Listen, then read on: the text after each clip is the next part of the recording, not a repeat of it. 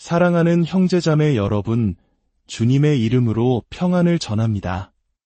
오늘 우리가 함께 나눌 이야기는 많은 이들의 마음속에 깊이 자리 잡은, 그러나 때로는 두려움과 오해의 대상이 되어온 주제, 바로 휴거에 관한 것입니다. 우리가 이 깊은 묵상의 여정을 시작하기에 앞서 만약 오늘 이 말씀이 여러분의 마음에 울림을 준다면 구독과 공유를 통해 이 은혜의 메시지를 더 널리 전파하는 일에 동참해 주시길 부탁드립니다. 여러분의 작은 행동 하나하나가 하나님의 귀한 복음을 전하는 통로가 될 것입니다. 이 말씀을 듣는 모든 분들 위해 하나님의 크신 평강이 함께 하시기를 기도합니다. 자, 이제 시작하겠습니다. 어느 날 갑자기 세상의 수많은 사람들이 흔적도 없이 사라집니다. 운전하던 조종사가 사라진 비행기는 추락하고 거리에는 주인을 잃은 옷가지만이 뒹굽니다. 남겨진 사람들은 거대한 혼란과 공포 속에서 7년 대환난이라 불리는 끔찍한 시기를 맞이하게 됩니다. 아마 많은 분들이 영화나 소설을 통해 이런 장면을 접해보셨을 겁니다. 이것이 바로 우리가 흔히 휴거라고 알고 있는 개념입니다. 예수님의 재림 직전에 선택받은 신실한 성도들만이 공중으로 들려 올라가 끔찍한 재앙을 피하게 된다는 믿음이죠. 이 믿음은 지난 수십 년간 특히 서구 기독교계에 강력한 영향을 미쳤습니다. 어떤 목회자들은 환난을 두려워하며 휴거에 대한 대비를 강조했고 부흥회는 남겨지지 않기 위한 결단의 장이 되기도 했습니다. 하지만 이 휴거 신학이 때로는 우리에게 예수님이 주고자 하셨던 평안 대신 두려움과 분열을 가져다 주지는 않았는지 되돌아볼 필요가 있습니다. 당신은 휴거를 믿습니까? 라는 질문이 마치 신앙의 깊이를 재는 척도처럼 사용되기도 했고 종말에 대한 서로 다른 견해는 성도들을 갈라놓는 벽이 되기도 했습니다. 오늘 우리는 바로 이 지점에서 한 걸음 물러나 성경이 진정으로 우리에게 말하고자 하는 마지막 날의 소망이 무엇인지 겸손한 마음으로 다시 탐구해보고자 합니다. 휴거는 과연 성경 전체의 핵심적인 메시지일까요? 아니면 우리가 성경의 더 크고 위대한 이야기의 한 부분을 오해하고 있었던 것은 아닐까요? 고통과 환난을 피하고 싶은 마음은 인간의 본성일지도 모릅니다. 특히 우리 한국인들에게 전쟁의 폐허와 혹독한 가난을 겪으며 구원과 탈출을 갈망해왔던 역사가 있기에 이 세상을 떠나 안전한 곳으로 피하고 싶다는 소망은 더욱 절실하게 다가올 수 있습니다. 그러나 성경이 약속하는 궁극적인 소망은 탈출이 아니라 회복이며 도피가 아니라 완성에 있다는 것을 발견하게 될 때 우리는 두려움을 넘어선 진정한 희망을 마주하게 될 것입니다. 휴거 신학의 지지자들이 가장 중요하게 여기는 성경 구절은 크게 두 가지입니다. 바로 요한계시록 3장 10절과 데살로니가전서 4장입니다.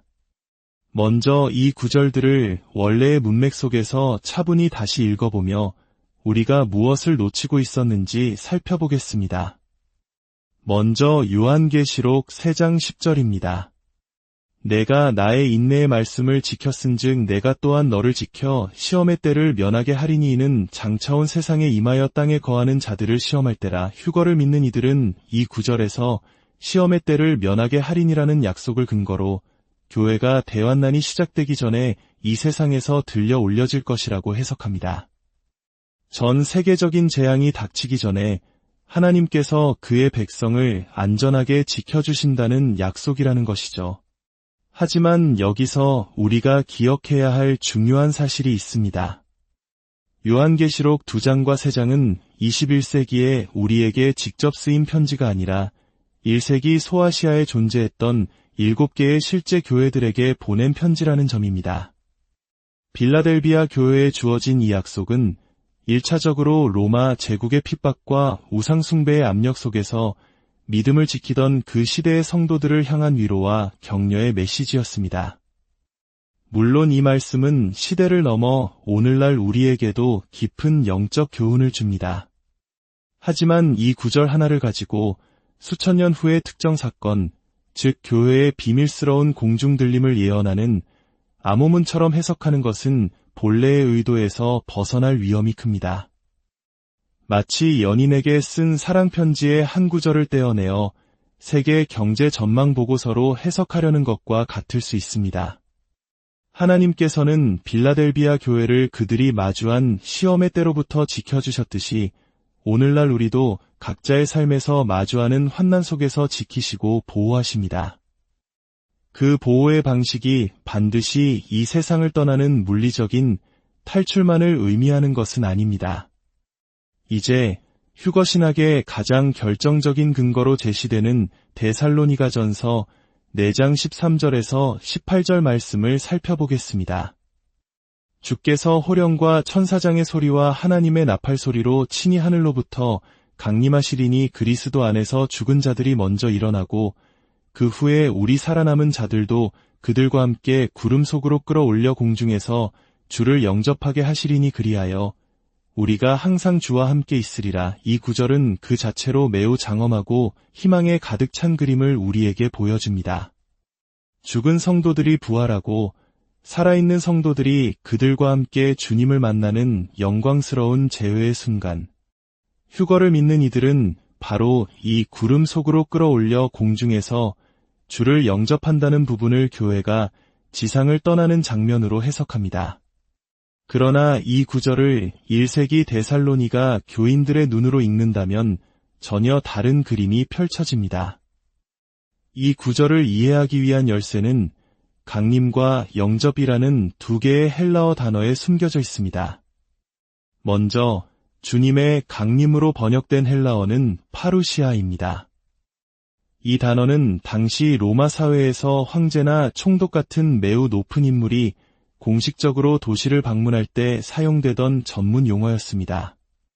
왕의 행차, 즉 어자와 같은 장엄하고 공식적인 방문을 의미하는 단어였죠. 그리고 영접으로 번역된 헬라어는 아판테시스입니다. 이 단어 역시 매우 구체적인 의미를 가집니다.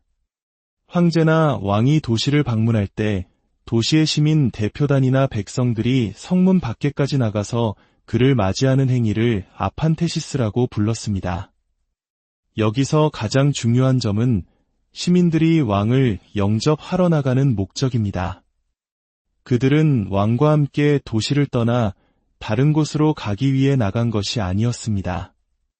정반대였습니다. 그들은 위대한 왕을 극진히 환영하고 그를 호위하여 자신들의 도시로, 즉 왕이 이제부터 통치할 바로 그 장소로 모셔드리기 위해 나갔던 것입니다. 그것은 왕에 대한 최고의 존경과 환대의 표현이었습니다. 이제 이 그림을 데살로니가전서 4장에 다시 적용해 봅시다. 만왕의 왕이신 예수 그리스도께서 파루시아, 즉 왕의 공식적인 방문을 하십니다. 그러자 그의 백성인 성도들이 그를 아판테시스, 즉 영접하러 나아갑니다. 그렇다면 그 다음은 무엇이겠습니까? 왕과 함께 하늘로 영원히 떠나는 것일까요?